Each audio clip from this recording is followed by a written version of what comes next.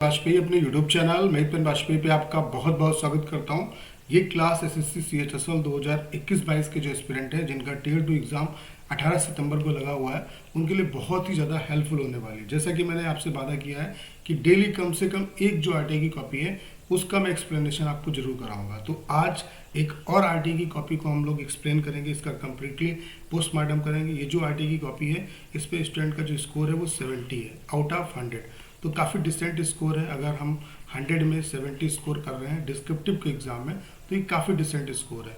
तो इसको हम लोग इस कॉपी के थ्रू बहुत कुछ समझने का प्रयास करेंगे कि इसमें क्या क्या कमी है और कितना आप इम्प्रूव कर सकते हो, कितनी इम्प्रूव करने की गुंजाइश है। तो यहाँ से आप बहुत कुछ सीख के जाने वाले। तो बस आप सभी से रिक्वेस्ट है इस वीडियो को पूरा देखिए। और इसके अलावा इस वीडियो के लास्ट में मैं आपको ये भी बताऊंगा कि जो आपके पास बचा हुआ टाइम है उसमें किस तरीके से आपको प्रिपरेशन करनी है ताकि आप एक बेस्ट स्कोर कर सको, मतलब डिसेंट स्कोर कर सको। और क्या आपको पढ़ना है, क्या छोड़ना है, वो सारा कुछ मैं आपको इस वीडियो के थ्रू बताऊंगा। तो आप लोग देख पा रहे होंगे इसने जो ऐसे में स्कोर किया है वो 37 किया और लेटर में जो स्कोर किया है वो 33 किया है। मतलब ये ऐसी कॉपी है जिसमें ऐसे में अच्छा स्कोर है, लेटर में उतना अच्छा स्कोर नहीं। जबकि मोस्टली जो आपने कॉपी देखी होंगी उसमें लेटर में ऐसे की कंपैरिजन में अच्छा नंबर मतलब स्टूडेंट का होता है। ठीक है, तो देखते हैं इसने किस तरीके से ऐसे लिखा और किस तरीके से लेटर लिखा। जाहिर सी बात है लेटर में कम नंबर है ऐसे की कंपैरिजन में, तो कुछ ना कुछ लेटर में कमियां की होंगी। तो कौन कौन सी गलतियां इसने की हैं जो आपको नहीं करनी है वो सारा कुछ मैं सिखाने का आपको प्रयास करूंगा। बस आप सभी से रिक्वेस्ट है इस वीडियो को आप पूरा देखिए। उसके अलावा अगर आप बेहतर स्कोर करना चाहते हैं डिस्क्रिप्टिव के एग्जाम में तो आज ही हमारे complete descriptive PDF plus video course को ज्वाइन कर लीजिए। इससे फ़ायदा आपको क्या होगा, देखिए इस कोर्स को ज्वाइन करने के बाद आपको ये बेनिफिट मिलेगा कि आपको इधर उधर भटकने की जरूरत नहीं। आपको जितना कंटेंट हम प्रोवाइड कराएंगे वो सिलेक्टेड कंटेंट है और आपको सिर्फ उसी पे काम करना है, उसी को पढ़ना है। और ढेर सारी हम आपकी प्रैक्टिस कराएंगे, 50+ आपको RTA की कॉपी देंगे और इनका एक्सप्लेनेशन तो मैं यहाँ पे आपको करा रहा हूँ। उसके अलावा ग्रुप पे भी मैं प्रोवाइड करा दूंगा अगर आप लोग कहेंगे। ठीक है, उसके अलावा ढेर सारे आपको वीडियोस मिलेंगे, कैसे आपको ऐसे लिखना है, कैसे लेटर लिखना है, कैसे प्रिसाइज राइटिंग लिखनी है। और सबसे बड़ी खास बात क्या है कि डेली आपको वर्क मिलता है, डेली आपकी कॉपी चेक होती है, डेली आपको मार्क्स मिलते हैं। और अभी हम लोग 2 टॉपिक की प्रैक्टिस कर रहे हैं और इसको अभी हम और इंक्रीज करेंगे, 3 से 4 टॉपिक तक हम लोग डेली प्रैक्टिस करने का प्रयास करेंगे। तो इससे आपको काफ़ी बेनिफिट मिलेगा। ठीक है, तो अगर आपको कोर्स के रिगार्डिंग कोई भी इन्फॉर्मेशन चाहिए तो करना क्या है, 6307185699 इस नंबर पे आप व्हाट्सएप पे मैसेज करिए, आपको इस कोर्स के रिगार्डिंग सारी इन्फॉर्मेशन दे दी जाएगी। तो आप लोग देख पा रहे होंगे ये हिंदी मीडियम की कॉपी है और स्टूडेंट का जो स्कोर है वो कितना है, 70 आउट ऑफ 100। तो चलिए देखते हैं किस तरीके से इसने लिखा और क्या आपको इम्प्रूव करना चाहिए। ये जो कॉपी है वो CHSL 2020 की कॉपी है। तो CHSL 2020 में जो ऐसे का टॉपिक आपका आया था वो क्या आया था, महानगर में रहने के फायदे और नुकसान, यानी कि हानि और लाभ, the advantage and disadvantage of living in metro city. तो इसके बारे में आपको बता चुका हूँ कि क्या क्या आपको लिखना है। आपको एडवांटेज के बारे में बताना और डिसएडवांटेज के बारे में बताना है। तो किस तरीके से इसने लिखा है देखते हैं। महानगर में रहने से सबसे बड़ी परेशानी, देखो जो कटिंग इसने की है इस कटिंग से आपको अवॉइड करना है। ठीक है, ज़्यादातर आपको कोशिश करनी कि आपकी गलतियाँ ना हो। वो कब होगा, जब आपको जो टॉपिक मिले उसके बारे में पहले 2 से 4 मिनट सोचिए फिर लिखना आप स्टार्ट करिए। तो इसने लिखा है कि महानगर में रहने से सबसे बड़ी परेशानी वहाँ की हानिकारक धूल कण, महानगर में बढ़ती परिवहनों की संख्या तथा कल कारखानों की संख्या सबसे ज़्यादा महानगरों को प्रदूषित करती है।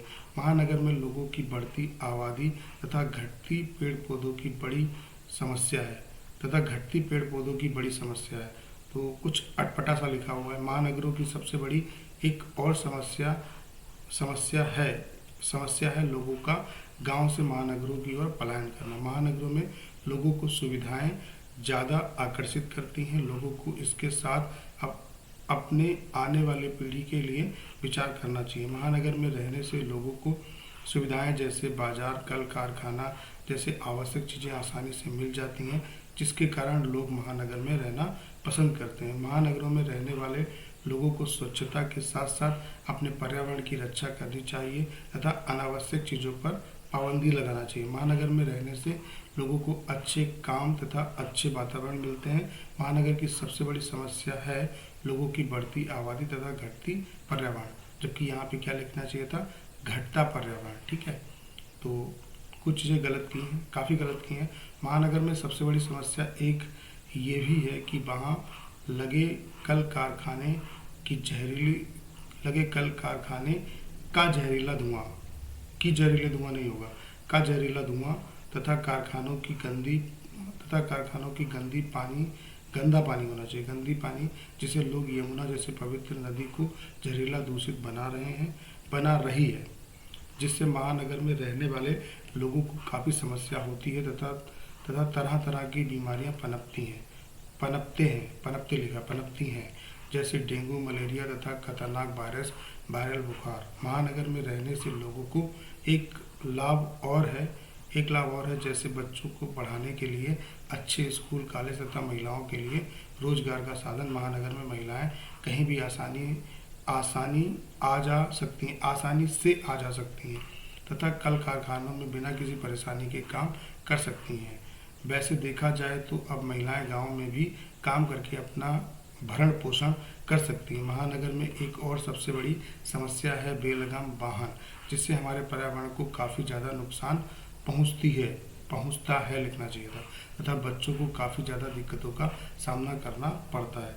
तो आप लोग देख पा रहे होंगे काफ़ी ज़्यादा इसमें कमी है, और मतलब बर्तनी की बहुत ज़्यादा कमी है, और दूसरा ऑर्डर की कमी है। इन्होंने क्या किया कि पहले लॉस बताया, एक लाइन में लॉस बता दिया, फिर प्रॉफिट बताया, फिर लॉस बताया, फिर प्रॉफिट बताया। ऐसा आपको नहीं करना है, आप क्रम में बताओ। पहले एक भूमिका बनाओ, पहले आपको क्या करना है, जब भी आप लिखना स्टार्ट करोगे तो एक कोटेशन के साथ स्टार्ट करो, फिर एक भूमिका बनाओ, और फिर प्रॉस बताओ, और फिर कॉन्स बताओ, और फिर अपना लास्ट में आपको कंक्लूजन देना है।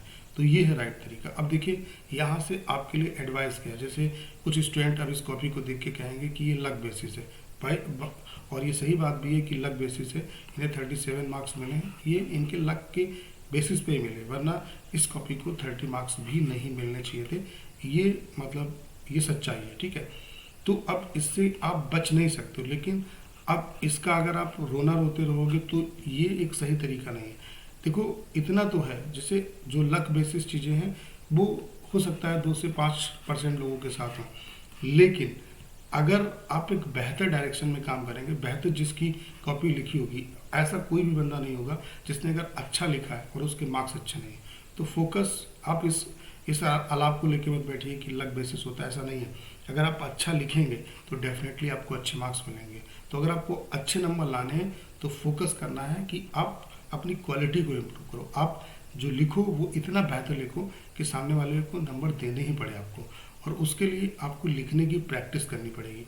डेली आप लिखो, और डेली कोई आपको ये बताने वाला हो कि आपने क्या कमियां की। तो इसके लिए हमारा जो कोर्स है वो आपके लिए काफ़ी हेल्पफुल रहेगा, और इसमें जो कंटेंट हम आपको देंगे वो सिलेक्टेड कंटेंट है। अब आपके पास इतना टाइम नहीं है कि आप बुक पढ़ो, क्योंकि बुक में जो इंपॉर्टेंट चीज़ें हैं वो कुछ ही होती हैं, बाकी चीज़ छोड़ने वाली होती है। तो कंटेंट में क्या है कि जितनी भी बुक्स मार्केट में अवेलेबल है उन सब का बेहतर जो निचोड़ है वो हमने कंटेंट में आपको प्रोवाइड करा है, और हमने अपने चीज़ों को वहाँ पे डालने का प्रयास किया ताकि आप आसानी से सारी चीज़ें समझ सको। जैसे फॉर्मेट किस तरीके का होता है लेटर का, इनफॉर्मल, फॉर्मल का फॉर्मेट क्या होता है, किस तरीके से लेटर लिखना है, कैसे बेटर ऐसे लिख सकते हैं, किस पोर्शन के कितने मार्क्स मिलते हैं, ऐसे कैसे लिखना है, प्रिसाइज राइटिंग कैसे लिखनी है, और आपको सारा कंटेंट आपको एक जगह पे मिल जाएगा।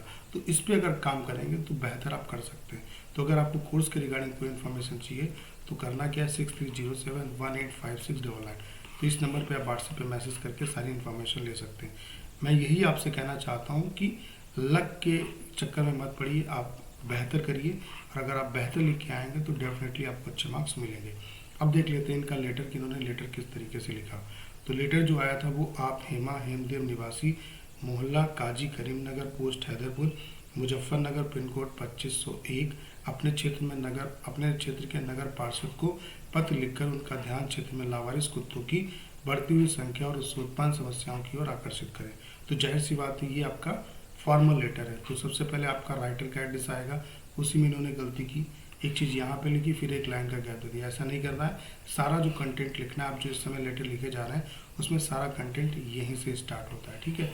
तो ये सारा कुछ आपको यहीं पे लिखना है। उसके बाद इन्होंने विषय डाल दिया, जबकि एक लाइन का यहाँ पे गैप देना था। एक लाइन का गैप देने के बाद यहाँ पे आपको डेट डालने की जरूरत थी, डेट आप प्रेजेंट की डालोगे। उसके बाद आपको रिसीवर का एड्रेस डालना था, जैसे नगर पार्षद डाल दिया, सिर्फ नगर पार्षद अगर दिया तो नगर पार्षद और अंडरलाइन कर दिया। फिर उसके बाद सब्जेक्ट, लावारिस कुत्तों की बढ़ती हुई संख्या तथा उससे खतरों के संबंध में। ठीक है, तो ये गलती इन्होंने यहीं पे कर दी फॉर्मेट के रिगार्डिंग। महाशय नम्र निवेदन है कि मैं हेमदेव, मोहल्ला काजी करीम नगर, पोस्ट मुजफ्फरनगर, पिन कोड ये लिखने की जरूरत नहीं क्योंकि दिया हुआ है, का निवासी हूँ। मैं अपने क्षेत्र में बढ़ती लावारिस कुत्तों से काफ़ी आहत हूँ। ये लावारिस कुत्ते क्षेत्र में रहने वाले लोगों को आने जाने में परेशानी उत्पन्न करती हैं। तो बर्तनी इनकी बिल्कुल गलत है, करती हैं तथा देर रात काफ़ी ज़्यादा हुड़दंग करती हैं। घर के बाहर के सामानों की क्षति पहुंचाती हैं तथा बच्चों पर जानलेवा हमला करती हैं मतलब कोई समझ में नहीं आ रहा। करते हैं क्षेत्र में आने वाले लोगों को काफ़ी ज़्यादा कटिंग आपको नहीं करनी है, परेशानियों का सामना करना पड़ता है। अतः निगम पार्षद से अनुरोध है, कृपया इन आवारा कुत्तों का वन विभाग के सहयोग से यहाँ से हटाकर वन या चिड़िया जैविक उद्यान घर में भेजने का प्रयास करें, मतलब कृपा करें। ठीक है, आपका पार्षदवासी हेमदेव। तो भवदी लिखना चाहिए था पार्षदवासी, चलो ठीक है। फिर यहाँ पे ये जो इन्होंने एड्रेस डाला, ये डालने की कोई ज़रूरत नहीं है। तो बहुत लगी है ये कि इनका जो कॉपी है वो किसी ऐसे एग्जामिनर ने चेक किया जिसने कुछ देखा ही नहीं, और इन्हें 70 स्कोर मिला है। लेटर में जो स्कोर मिला है वो 33 मिला है। तो आपको ऐसा नहीं इस कॉपी को देख के डिमोटिवेट होना है कि यार इतना ख़राब लिखने पर भी इतने अच्छे मार्क्स मिले।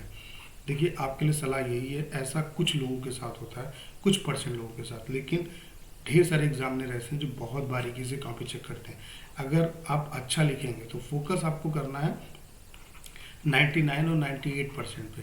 जिनकी अच्छी कॉपी लिखी होगी उनको डेफिनेटली अच्छे मार्क्स मिलेंगे। तो आपको फोकस करना है कि बेहतर आप लिखें। तो बेहतर कब लिखेंगे? जब आपकी प्रैक्टिस अच्छी होगी। लेटर और ऐसे लिखने का तरीका क्या है? लेटर में आपको सिर्फ फॉर्मेट सीखना है, बाकी आप लेटर आराम से लिख सकते हैं। बहुत ज़्यादा एक्सप्लेन करने की ज़रूरत नहीं है, आप टू द पॉइंट चीज़ों को करें, क्योंकि यहाँ पे 150 शब्दों में आपको लिखना होता है। 135 भी लिखेंगे तब भी आपका काम चल जाएगा। तो बहुत कुछ नहीं लिखने की ज़रूरत है। और ऐसे लिखने के लिए सबसे पहले हो सकता है ऐसा टॉपिक आए जिसके बारे में आपने ना पढ़ा हो, लेकिन ऐसा नहीं है कि आप जितनी इन्फॉर्मेशन ले रहे हैं वो काम ना आए। आपकी हमेशा इन्फॉर्मेशन जो है वो काम आएगी। तो यहाँ पे मैं इतनी टॉपिक आपको दूंगा कि आप वहाँ से आपके अंदर एक काफ़ी नॉलेज हो जाएगी। उसके अलावा जितने भी फैक्ट्स हैं, मुहावरे हैं, जो रैंकिंग का डाटा है, वो सारा मैं दूंगा आपको, तो इसको आप यूज़ कर पाएंगे। और कोटेशन भी दूंगा। तो आपको शुरुआत करनी है कोटेशन से, और अपनी भूमिका अच्छे तरीके से लिखनी है, फिर प्रोस एंड कॉन्स बताने हैं, और फिर कंक्लूजन देना है। तो आप फोकस करिए बेस्ट पे। अगर बेस्ट लिखेंगे तो डेफिनेटली आपको अच्छा स्कोर मिलेगा। और इस बार सिलेक्शन के चांसेस सभी के, क्योंकि आपको पता होगा कि 6072 वैकेंसी हैं। तो जिन एस्पिरेंट के पास कम वेटेज है, 1-2 नंबर का वेटेज है, तो आपको भी टियर 2 की बहुत अच्छे तरीके से प्रिपरेशन करने की ज़रूरत है।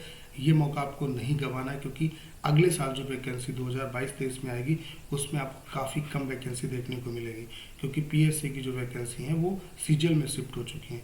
तो काफ़ी टफ हो जाएगा ये एग्ज़ाम। तो अभी आपके पास अगर 1-2 नंबर का ही वेटेज है, तब भी आप टियर 2 में बेहतर करके आप मेरिट में आ सकते हैं, क्योंकि सिलेक्शन के चांसेस इस बार आपके रहेंगे। तो जो बच्चे बॉर्डर पे हैं उनको बहुत अच्छे तरीके से प्रिपरेशन करने की ज़रूरत है। जिनके ठीक ठाक वेटेज है उनको तो प्रिपरेशन करना ही करना है, लेकिन जो बॉर्डर पे हैं उनको भी बहुत अच्छे तरीके से प्रिपरेशन करने की ज़रूरत है। तो अगर आप कोर्स ज्वाइन करेंगे तो मैं डेफिनेटली आपसे मैं ये दावे के साथ कह सकता हूँ कि आपको रियली इससे बहुत बेनिफिट होगा। तो इसके लिए करना क्या है, 6307185699 इस नंबर पे आप व्हाट्सएप पे मैसेज करिए, आपको इस कोर्स के रिगार्डिंग सारी इन्फॉर्मेशन दे दी जाएगी। तो उम्मीद करता हूँ कि अगर आपने इस क्लास को पूरा देखा होगा तो बहुत कुछ आप समझ पाए होंगे। इस कॉपी में बहुत कुछ इम्प्रूवमेंट की ज़रूरत है, बहुत कुछ इम्प्रूवमेंट किया जा सकता है। तो सारी चीज़ें आप समझ पाए होंगे। आपको बिल्कुल टू द पॉइंट लिखना है, ठीक है। तो उम्मीद करता हूँ कि क्लास अच्छे तरीके से समझ पाए होंगे। आपको करना क्या है, इस वीडियो को ज़्यादा शेयर करना है। उसके अलावा अगर आप चैनल पर नए हैं और आपने अभी तक इसे सब्सक्राइब नहीं किया है तो प्लीज़ चैनल को सब्सक्राइब करना मत भूलिएगा।